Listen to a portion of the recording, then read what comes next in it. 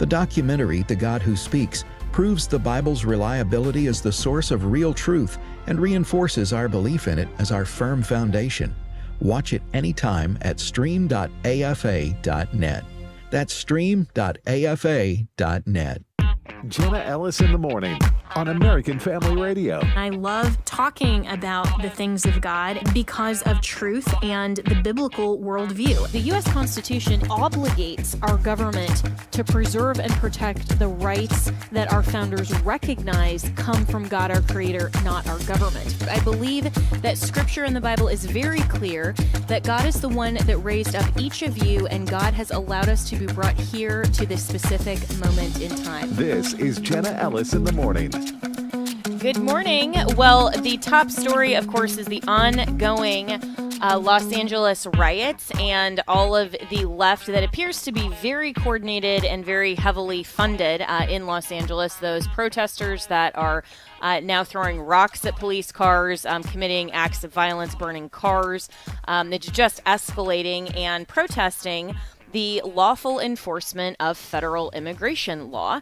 And this shouldn't be really all that controversial, but of course to the left and their outcome-oriented view, they want to make this as controversial as possible. And so, of course, this is going on in California, where Governor Gavin Newsom is slipping a little bit because he tried to position himself as maybe a little bit more moderate, not quite as crazy leftist as Kamala Harris, who just totally crashed and burned in the 2024 election, and positioning himself maybe to be a more moderate candidate heading into 2028.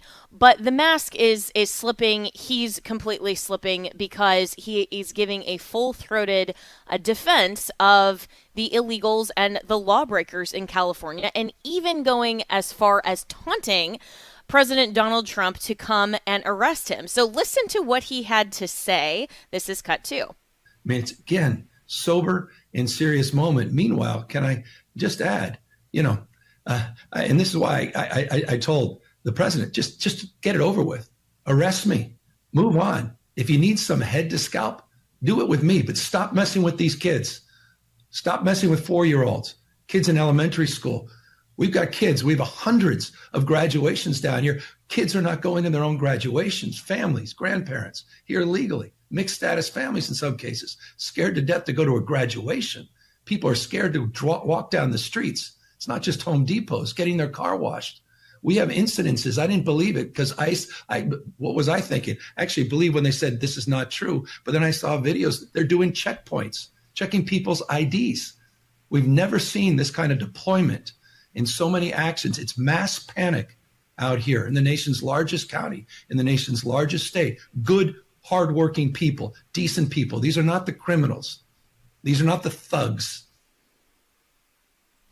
So many responses to that, but let's welcome in Michael Donnelly, who is an attorney and a constitutional law professor. And beyond just the sheer ridiculousness of this and how nothing, I posted on social media a response, nothing says defender of democracy like suing to stop the National Guard from restoring order after you let your own state burn. I mean, so there's that. But first question before we get to that lawsuit, Mike Donnelly, is can and should Trump just say, all right, fine, I'll arrest you because you are obstructing law enforcement? Well, I mean, should the president of the United States arrest the governor of California? I would say no. I don't think that's a good idea. Dang it. That was not the response I was hoping for. But I'm sorry. I'm a friend of the states, and even when it comes to California, I don't think that would be a good look for anybody. But what President Trump is doing is the right thing by preparing to potentially invoke the Insurrection Act. If these protests continue to spiral out of control, and if the governor is not going to do what his job is, which he has sworn to uphold the California Constitution as well as the United States Constitution and protect the people of California from criminal activity and this sort of thing, President Trump is doing the right thing by positioning National Guard, by activating federal forces, and the law supports that. Jenna, there's 3 statutes we need to talk about here, okay? Some people may or may not have heard of the Posse Comitatus Act. very important piece of legislation passed right after the Civil War, basically saying, look, we're not going to use federal troops to conduct law enforcement. And that's a longstanding tradition, and I think that's really important. We don't want the military doing law enforcement. We want them focused on defending our country from invasion. But that's the point. The point is the president has said, and I tend to agree with him, we've had an invasion over the last 10, 20 years of illegal immigration, which the federal government, through mostly Democrat administrations, has allowed, has fostered, has encouraged. But the Posse Comitatus Act says generally federal law enforcement, federal troops are not supposed to be using law enforcement. But you've then got two provisions in Title 10, Section 12406, and then the Insurrection Act. And Section 12406 allows the president to activate and use National Guard, though here's where I think the lawsuit that Gavin Newsom filed yesterday, or the state of California filed yesterday, comes in, is the law does say something about generally the governors are supposed to be involved in that, but there are exceptions to that. The president has not invoked the Insurrection Act, but I think he probably could. The Insurrection Act is designed to, allow the federal government to go in when there's a rebellion or when federal laws cannot be enforced. And I think on that latter ground, the president would be on very strong ground saying, look, we are trying to enforce federal immigration law. All over the country, but in Los Angeles, you've got tens of thousands, maybe hundreds of thousands of illegal aliens who should be subject to the immigration law that the federal government has to enforce. And if California is not going to support that, then I think it's appropriate for the president to invoke that provision potentially of the Insurrection Act. I mean, look, come on, we're going to call, few 10,000s of protesters in Washington, D.C. and some who wandered around the Capitol building an insurrection for 3 hours. Fine, yeah, okay, maybe it was, maybe it wasn't. People can argue about that. And this isn't, though? Really? Come on. Yeah, and this is where then the definition of insurrection, maybe is a little bit arguable. But you mentioned, Section 12406 of 10 USC, and this provision mirrors the statute that's the Insurrection Act, but it's specific to the National Guard and allows the president to federalize the Guard units or take them out of state control in cases specifically, not just of invasion or rebellion, but inability to enforce U.S. law. And this is where the enforcement of federal immigration law, even if Gavin Newsom and Karen Bass and anybody in the state of California disagrees with the law, well, you can't just go and riot and commit acts of violence and literally impede law enforcement from enforcing those laws. That's not the way that we peacefully protest, which is a constitutionally protected right. It's not how we petition our government. It's not how we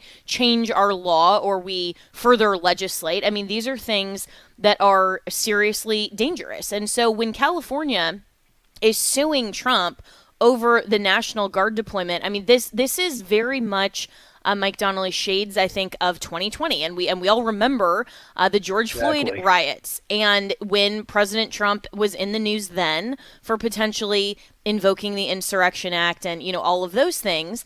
And the left was trying purposefully to set him up. And this seems like there is an ongoing, similarly situated political angle here. They're just using immigration in the same way that they used race baiting in 2020. This is why my friend James Lindsay in the podcast this week is called critical immigration theory, because we'd had critical race theory in 2020. This is now critical immigration theory. So on the merits of the California lawsuit, what is Gavin Newsom actually suing over, and how quickly might that be decided? Well, I think it'll be decided pretty quickly. I haven't read the lawsuit. I think what he's probably suing over, however, is the language in the statute that says the governor is supposed to, order the troops to be federalized or to consent to it. And so there's a little bit of ambiguity though in that statute, and so the court may look at that. But at the end of the day, it would be very appropriate for the president to invoke the Insurrection Act, in my opinion. And I think he should have done it back in 2020. And I also think that the conditions are very different than they were in 2020. The American people are fed up with the left, I think, the average American. There's some polling out there that suggests that people are pretty supportive of what the president's doing with respect to immigration. And when the media is out there trying to say that these are peaceful protests when cars are burning, just like what they were doing to Elon and his Tesla dealerships, and couch this as quote unquote free speech, that's absolutely absurd. And I think the American people are seeing through that, like the emperor has no clothes. And finally, is what I say, finally the American people seem to be waking up. And so I think if the Democrats and, Gavin Newsom and his folks want to keep on doubling down and saying, oh, there's nothing going on, or, oh, it's just a very narrow part of Los Angeles where it's only disrupting a few parts of the town, it's not really a big deal. I think the American people are looking at this and saying, this is insane. We elected Donald Trump to enforce federal immigration laws. Illegal immigration is a problem. We elected him to fix it, and he's trying to do that. And if people like Gavin Newsom and others around the country, Karen Bass in Los Angeles, the mayor there, aren't going to support him, then he should be doing what he needs to do to enforce the law. And so I think people are going to be overall quite supportive, and I think this inures to the president's political benefit to continue to be very strong on this issue as he is, and I think it's very appropriate. Yeah, I agree. And the lawsuit, I mean, this is so hypocritical if we look and contrast this with 2020. And again, as I always say, if the Democrats didn't have double standards, they wouldn't have any standards at all. But the complaint actually reads, President Trump has repeatedly invoked emergency powers to exceed the bounds of lawful executive authority. The fact that Gavin Newsom is filing that in a lawsuit with a straight face after all of what he did with emergency powers in 2020, and he's actually going on a television network and suggesting that, carding people for their immigration status, and, we've never done this in the history of America. I'm sorry, I remember vaccine cards. Like, this is just so utterly preposterous that he's actually arguing this in a context, especially when this statute literally says and reads that the governor does not have to consent when the president lawfully invokes this, when there is an insurrection or when there is when the law is not being enforced and there's an impediment there. I mean, this is just so beyond laughable. I hope that there is a judge somewhere that hears this, that points this out and just laughs in his face. I'm glad you mentioned that, Jenna, because you know that very well, having been involved in defending, John MacArthur and his church against Gavin Newsom back in 2020, and they were trying to keep the churches closed down.